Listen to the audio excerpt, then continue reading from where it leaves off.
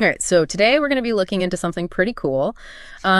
It's something that I think a lot of people maybe don't even consider. Right. We're so used to being connected all the time, you know? Mm-hmm. But imagine you're on a yacht, Yeah. you're miles from shore, and you still want to send emails or stream movies, Right.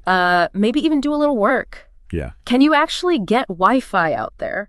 It's a great question. And, Yeah. and it's one that more and more people are asking. Especially now, right? Especially, with the rise of remote work and just our overall, Right. desire to stay constantly entertained. Yeah, and I think this is something that the article we're looking at today, Yes. Wireless Internet for Boats, Unlocking Connectivity at Sea, really tackles head on, right? Absolutely. And the answer is kind of surprisingly complex. It's not just about finding a strong signal. It really is. Yeah. It's a whole world of technology designed to overcome the challenges of, being out on the open ocean. It's that. So let's unpack that a little bit. Okay. The article kind of jumps right into the most obvious question. Yeah. Which is, how do people get internet on a yacht? Right. Like, it's not like you can just, tether to your phone in the middle of the Pacific Ocean. Exactly. So what are the options? So the article breaks it down into three main methods: marine satellite internet, Okay. boat Wi-Fi systems, Okay. and mobile Wi-Fi for boats. Gotcha. Each one has its own strengths and weaknesses, Makes sense. depending on what you need and, of course, where you are. So let's start with maybe the most, I don't know, what would you say maybe the most high-tech sounding one? Sure. Satellite internet. Yeah. That sounds like something out of, Star Trek or something. It does sound pretty futuristic. Is it literally beaming a signal from space? It really is. And, systems like Starlink Maritime Okay. have really revolutionized this whole area. Okay. They use a network of low Earth orbit satellites, which is really key. For getting those faster speeds and lower latency compared to traditional satellite internet. So closer satellites mean a quicker, smoother connection. Exactly. That makes sense. Yeah. But I'm guessing there's got to be some pretty specialized equipment involved. There is. With Starlink Maritime, for instance, Okay. you have a high-performance flat panel antenna that's designed to, withstand the elements out there. Oh, wow. Can handle salt spray, high winds, you name it. Yeah, you don't want that thing getting knocked off by a big wave. Exactly, and it's engineered to stay stable even when things get choppy out there. So your connection won't drop out every time you hit a wave. Exactly, that's the goal. That's impressive. Yeah. Okay, so let's move on to boat Wi-Fi systems. Okay. Do those use satellites too, or is it something different? So they don't actually use satellites. They are designed to connect to land-based Wi-Fi networks. Oh, so kind of like a super-powered extender Think of it like that. for your yacht. Yeah, and if you're cruising along the coast, Mm-hmm. you can amplify those signals and get a pretty decent range. Okay. Yeah. So if you're sticking close to shore, that might be a good option. It could be, yeah. What happens, though, if you're venturing further out? Well, then you start to run into their limitations. Okay. Boat Wi-Fi systems are great for that coastal cruising, but once you get out of range, You're out of luck. you're out of luck pretty much. Okay. Cool. So what about mobile Wi-Fi for boats? Ah, yes. That's using our old friend's cellular data. That's right. Right. It's relying on the same towers our smartphones use. So it's familiar technology. Very familiar, yeah. So I guess as long as you've got bars, you're good to go. Yeah, in theory, yes. Okay. But cellular coverage does get weaker the farther you are from the coast. Right, of course. It's great for coastal hopping, Yeah. not so much for transatlantic voyages. You're not going to be checking your email in the middle of the Atlantic. Probably not reliably, no. Okay. So we've got these different options, each with their own pluses and minuses. Yeah. But here's a question that kind of pops into my mind. Okay. Why is staying connected at sea so important these days? Mm. I mean, isn't disconnecting part of the appeal of being on a yacht? That's a really good question. And Like getting away from it all, it gets to the heart of how our relationship with technology has changed. Yeah, While disconnecting can be incredibly restorative. for sure. There are a lot of practical reasons why internet access has become almost essential, even at sea. Okay, convince me. Well, let's think about safety. All right. Okay, imagine you're sailing and a storm rolls in, Oh, yeah? unexpectedly. Having access to real-time weather updates Mm-hmm. can be absolutely crucial Right. for making informed decisions and potentially avoiding danger. It's kind of like checking the weather app Yeah, before you go for a hike, but with much higher stakes. Exactly. Yeah, for sure. And then there's the reality of, our world today. Yeah. It's just so connected. They're always online. For a lot of people, work doesn't stop just because they're on a yacht. Right. Being able to attend those meetings or collaborate remotely is essential for staying productive. You know, I was reading actually recently about a CEO who runs his entire company from his yacht. Wow. And he has this like super robust internet setup so he can manage his team, he can make deals, even host online conferences. That's amazing. From the middle of the ocean. That is a perfect example. It's a crazy of how maritime internet has become so much more than just a convenience. Yeah. It's really a tool for sure that enables people to work and live in ways that we couldn't have imagined before. And of course, we can't forget about entertainment. Of course not. Right? I mean, those long stretches at sea can get a little, shall we say, quiet? They can get very quiet and maybe a little boring. I imagine. Yeah. So streaming movies, listening to music, even online gaming, you know, it all adds a dimension of enjoyment to those journeys. I'm picturing like a floating lamb party right now. That's a great image. But seriously, it sounds like internet on a yacht isn't just a luxury anymore. Right. It's almost like a necessity for safety, for productivity. Absolutely. And yeah, even for fun. For sure. So what if you want to go beyond just the basics, though? Okay. What if you want the best possible internet experience on your yacht? That's where things get really interesting. Okay, lay it on me. We're talking about creating a connected experience that rivals or even surpasses what you have at home. Okay. And that's where this idea of a hybrid yacht internet system comes into play. Okay. I am intrigued. Tell me more. So a hybrid system is really all about combining the best of different internet technologies to create this seamless and reliable connection no matter where you are in the world. So picture this. I've got my super yacht, right? Yeah. It's decked out with all the latest gadgets and the internet connection never falters. Like it's just rock solid. Right. How do these hybrid systems actually work, though? Well, think of it as having multiple internet sources at your disposal. Okay. And the system intelligently switches between them. That's cool. Yeah, depending on what's available and what will deliver the best performance at that time. Okay.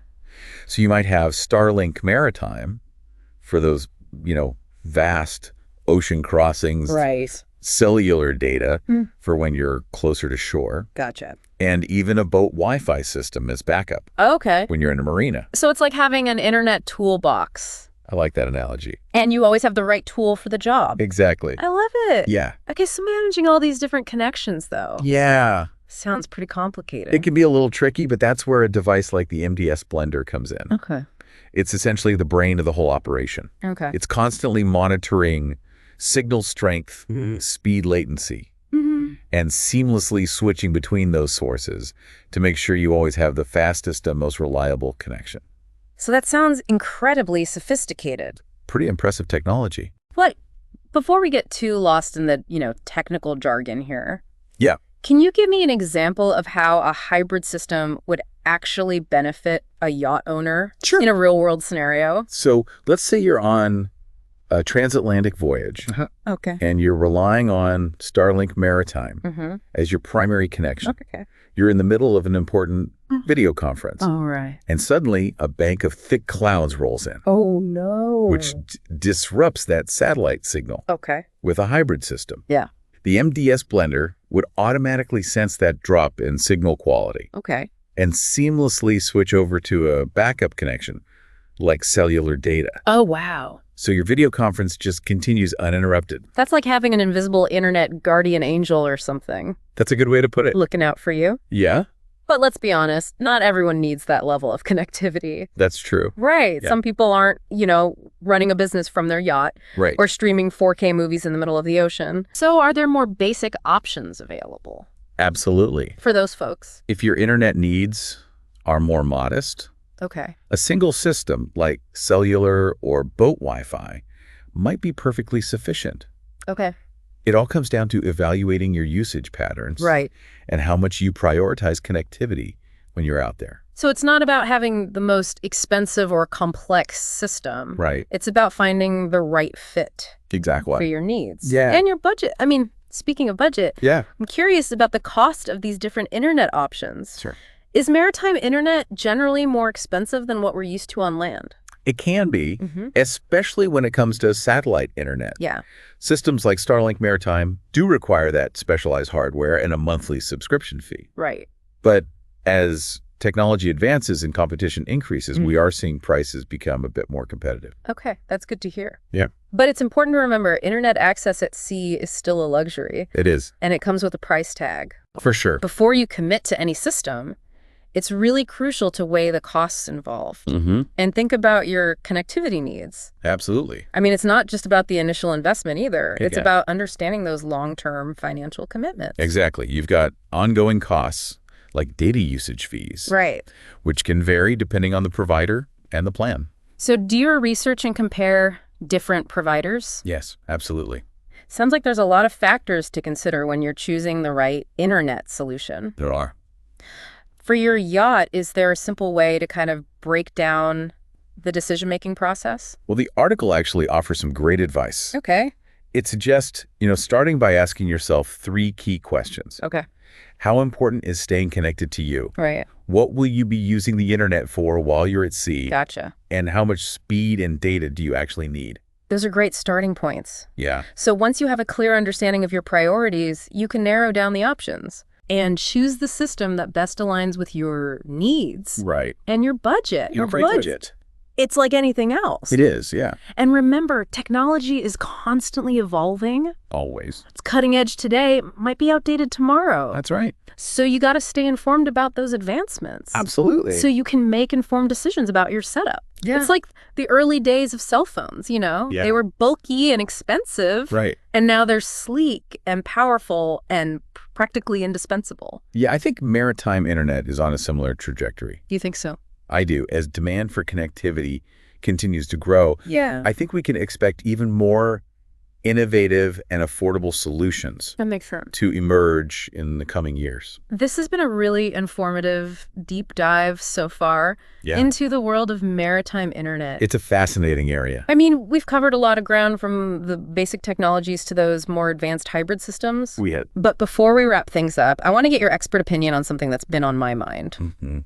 I'm all ears.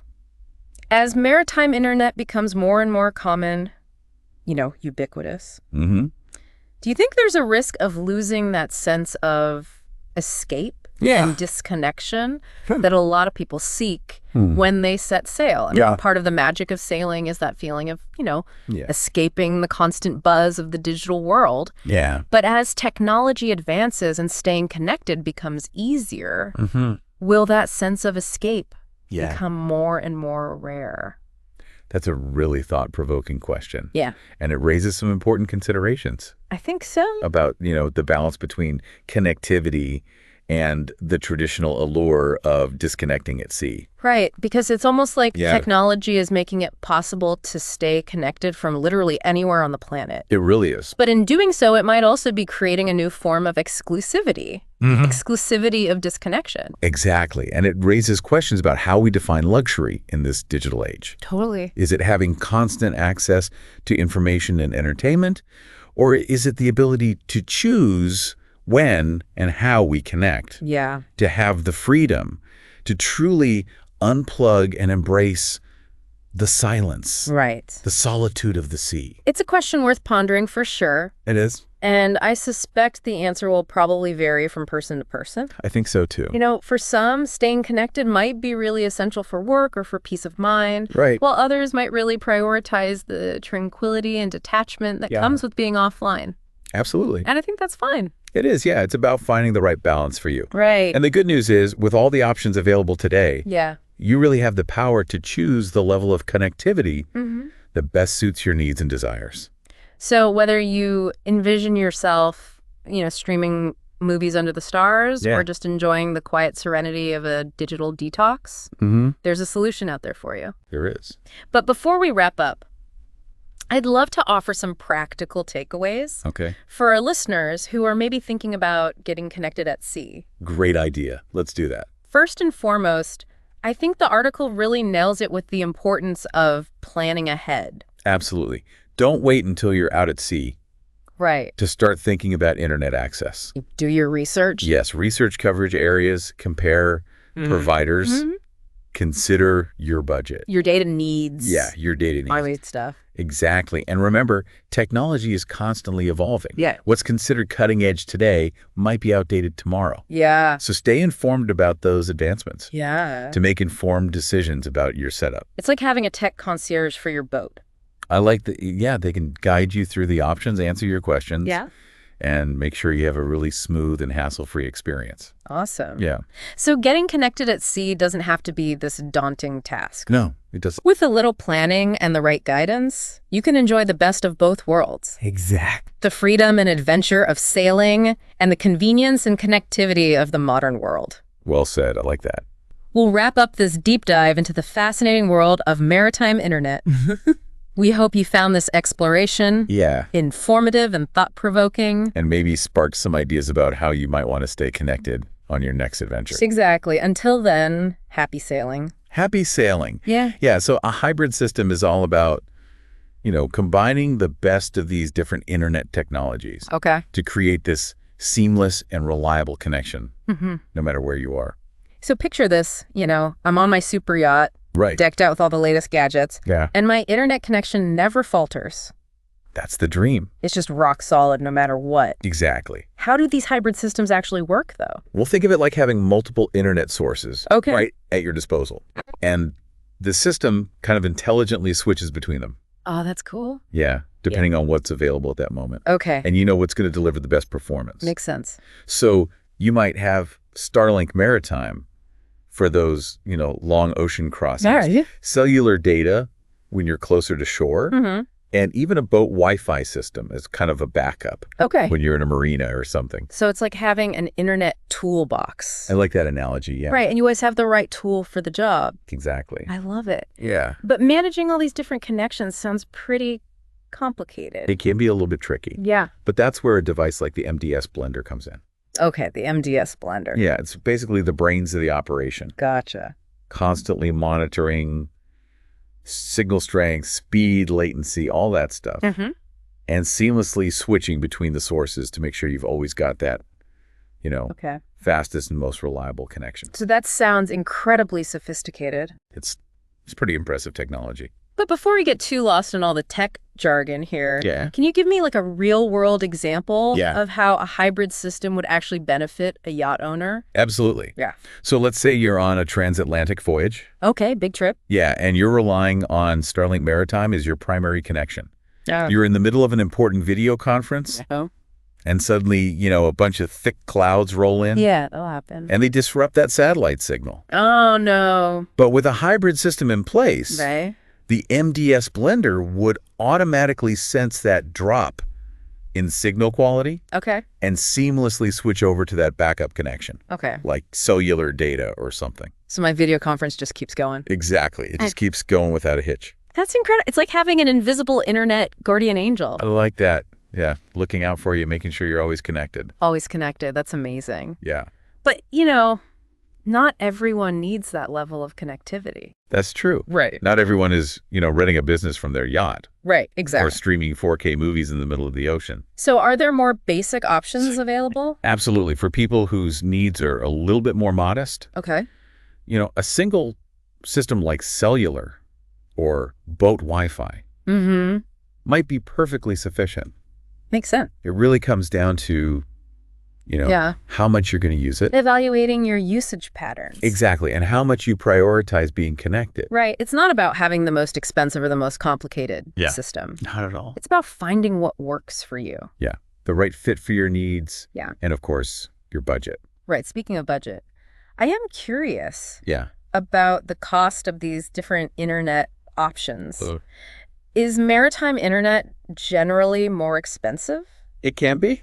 than what we're used to on land? Especially when it comes to satellite internet systems like Starlink Maritime. They require specialized hardware. Right. And then there's the monthly subscription fee. Why, of course. But the good news is, Yeah. as technology advances and competition increases, prices are becoming a bit more competitive. Okay, that's good to hear. Yeah, it's becoming more accessible. But it's still important to remember that internet access at sea is a luxury. It is a luxury. Right. And it comes with a price tag. It does. So before you commit to any system, I think it's crucial to really consider those costs involved. Absolutely. And weigh them against your needs. It's not just about the initial investment either. Right. It's those ongoing costs. Exactly. You've got data usage fees. Right. Data roaming. Exactly. Yeah. Which can vary depending on the provider and the plan you choose. So do your research. Yes. Do your research, compare different providers. Compare those different providers. Absolutely. It sounds like there's a lot of factors to consider when choosing the right solution. There are a lot of things to think about. Is there a simple way to kind of break down the decision-making process? Well, the article actually offers some really helpful advice. Yeah. It suggests,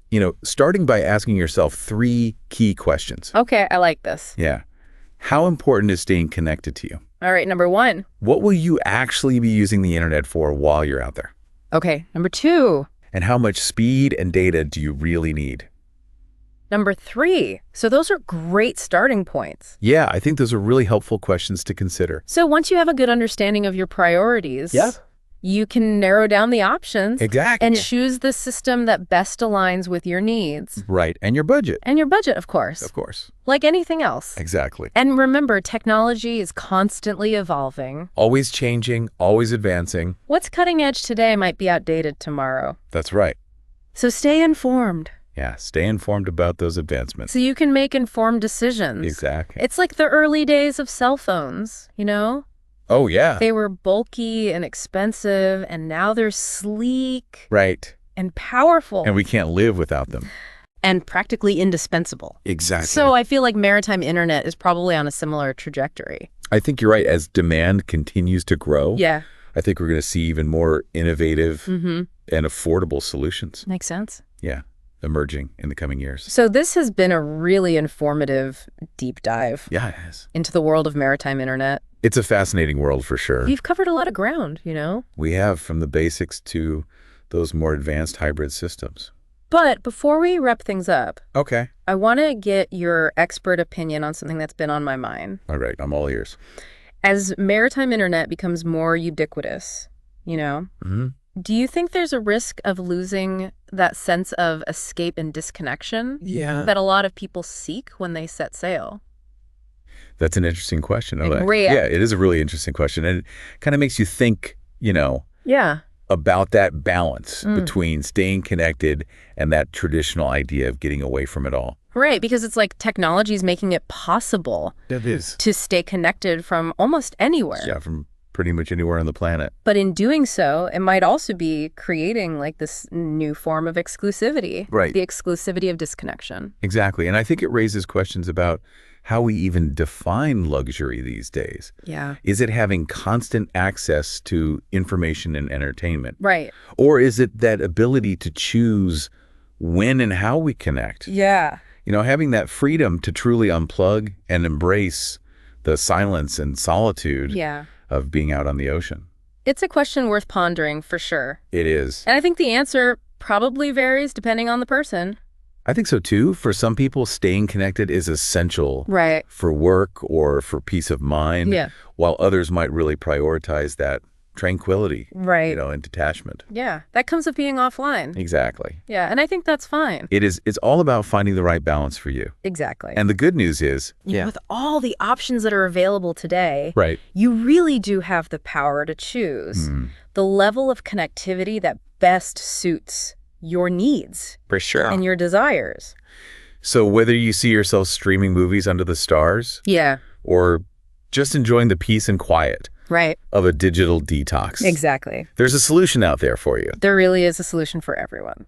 But before we wrap up, I'd love to offer some practical takeaways. Yeah, let's do that. For our listeners who are maybe thinking about getting connected at sea. Okay, good idea. First and foremost, I think the article's really right on about the importance of planning ahead. Absolutely. Don't wait until you're out at sea to start thinking about internet access. Right. Do your research. Yeah. Figure out what's available in the areas you'll be sailing. Compare those providers. Exactly. Consider your budget, your data needs, all that good stuff. And remember, technology is constantly evolving. Right. Always advancing. What's cutting edge today might be old news tomorrow. Stay informed. Yeah, absolutely. Stay informed so you can make the best decisions for your setup. It's like having a tech concierge for your boat. I like that.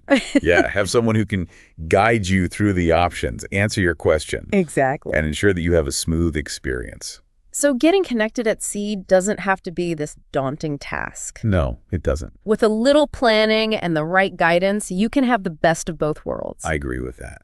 The freedom and adventure of sailing. Yeah. And the convenience and connectivity of the modern world. Well said. I like that.